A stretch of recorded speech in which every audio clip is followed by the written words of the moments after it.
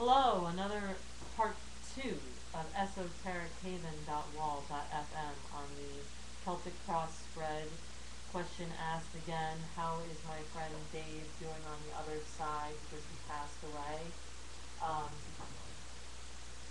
oh, sorry, I forgot to mute the volume real quick here, people. Sorry about that. Thank you, Josh. Anyways, bloopers number 1. Anyways, so my story, as I was saying previous, was that he told me this story about how he was going through a really rough patch, and a spirit guide came to him and gave him this white stone, and in like a vision, because he's Native American, and and when he opened his eyes in the physical real world that we live in, quote unquote real world of today, he opened up his hand and there was this white stone, and he kept it for a really long time. So the spirit guide that Josh may be talking about and intuitively tapped into may be the spirit guide. Okay, Josh, proceed. So just to recap, the last two cards we did was the Five of Coffins, which was the inability to see the positive side of a really bad experience, namely his death. And this position I'm reading at right now is the self, where he's at, what he's doing. And the King of Pistols was a even-thinking, well-rounded person, honorable and respectable authority father figure. And that's what I was saying was pretty much the guide, the spirit guide, or his own higher being. The next position is his environment. And the first card he has is the Seven of Pens.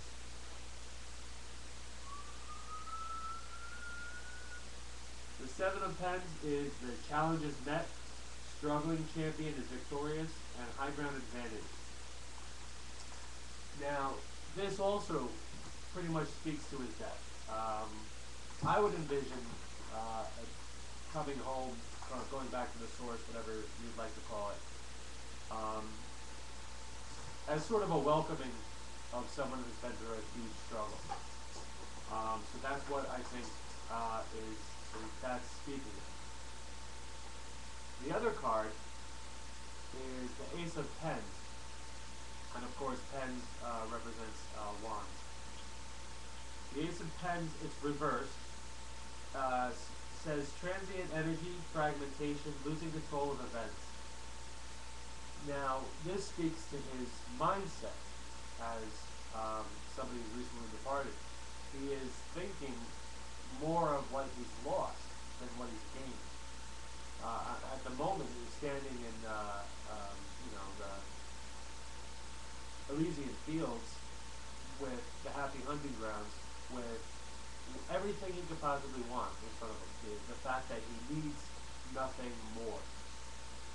But still he has that loss of everything that he's missed from the material world. It's almost like a habit. You have it within you, or we struggle our entire life to gain things and to possess things.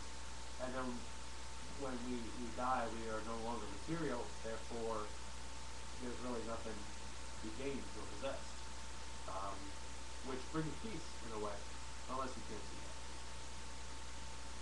The next position is the usual hopes and fears. That's pretty much classic in almost any day. And his first card is the Three of Pens. The Three of Pens speaks to satiation, gestation, business savvy, objective review of past and powerful memories, ability to work alone. And I should have mentioned this, obviously, in the first, way back in the beginning of the reading, when you are intuiting, or well, when you're intuiting, it's a little more easier because you pretty much just have the meaning that comes to you. But when you're reading from the book, you'll get a lot of different definitions, and you pretty much have to choose the one that works best for you. You intuit at first when you're first begin reading. You intuit what definition speaks to you mostly, especially in the reading. So out of that, the Three of Pens says satiation, gestation, business savvy, objective review of past and powerful memories, ability to work alone. I would say that this card is his hope that everything is ended. That, like I said before, he has everything that he needs. He needs nothing more, and that the gestation is his own gestation. The fact that he's going to be reborn again. Um,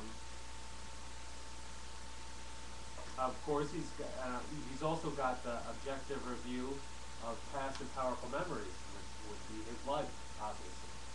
Um, but when you look at your life objectively, especially in the place where he is now, I would imagine that he wouldn't feel any pain from it. Only the only what's gained by learning through his experiences. And the ability to work alone probably is not a definition that would be terribly applicable to this reading, but at the same time, almost goes to show you that as a soul, we're more able to be alone, and be centered and regroup by ourselves without the need for other humans.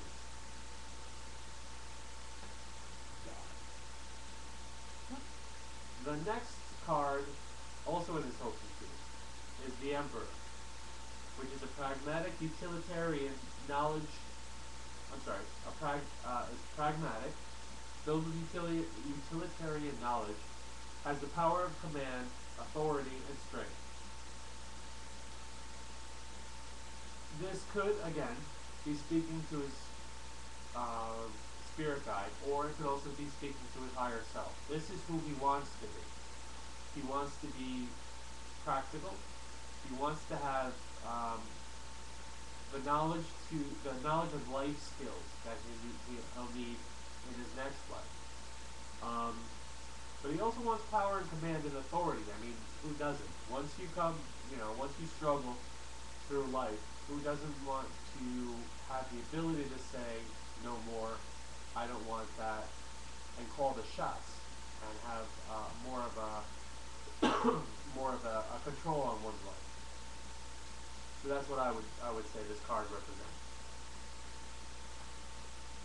Unfortunately, as we get to the outcome, we see what his outcome might be. The first card is the Eight of Coffins reversed, which talks about upheaval, misunderstanding, and retreat. Dun, dun, dun, dun.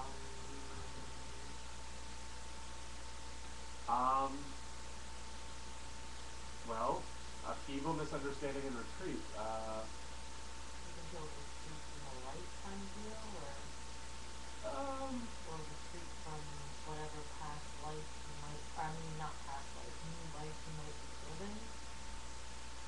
What is your feeling on that? I think that he is. Well, let's see the next card. A little bit more clear. The Magician reversed. The Magician speaks of resources used for deceitful or negative purposes. A charlatan or grifter. Of course, grifter is a con man. So,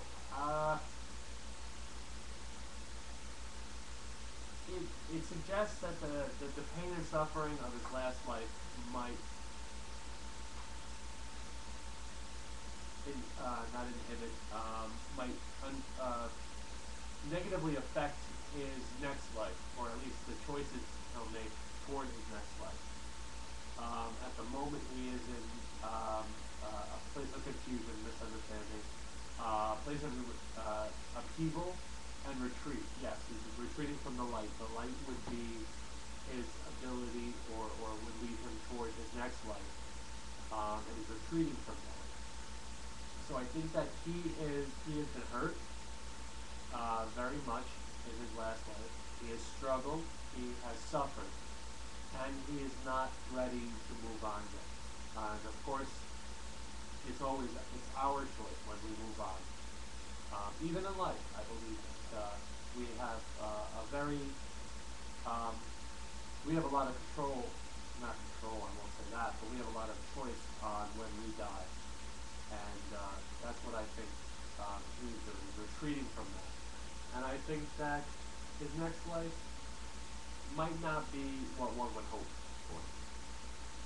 Do you think he's trying to con something right now, like you were saying? Like trying like con the creator into like giving him He what might he be. wants or something like that? He might be. Because he was kind of like I always called him the sly fox, and he always said he was Maybe a he's wolf. bargaining. Bargaining. Bargaining. Could definitely be bargaining. Bargaining sounds like Yeah, Um, maybe conning was a rather harsh term. and someone who, or an entity, a soul, who's not who's refusing to move on, or head toward the light, could definitely, I would imagine, could definitely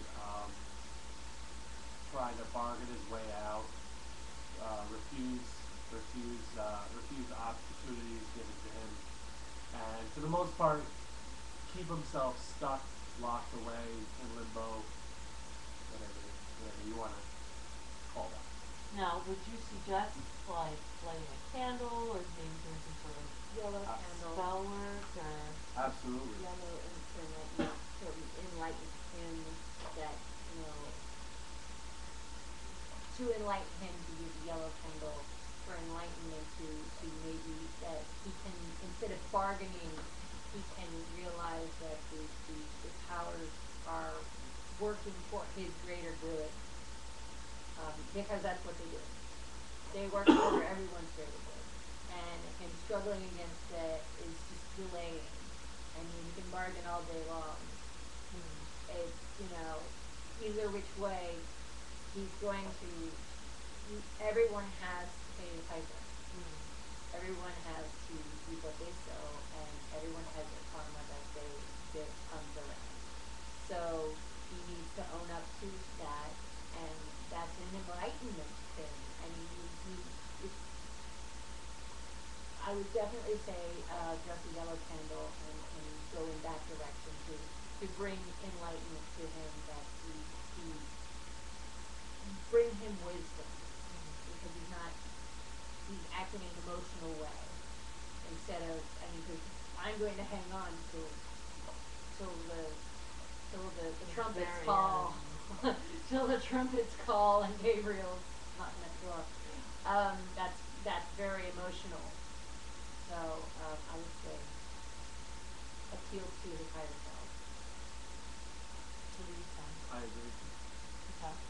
Would you Yeah, say a it's Saint taken degree. Joseph? Would you say like a Saint Joseph candle, which happens to be yellow candle Yeah. too? Definitely. Because I lit that during the time that he was dying to help aid him, to guide him to the next realm. Do another one of those. Do another one of those. Yeah. Well, that's about it, folks, for esoterichaven.wall.fm. I hope you enjoyed this session, and we will be doing more. I Thank know I you. did. Woohoo! And good night.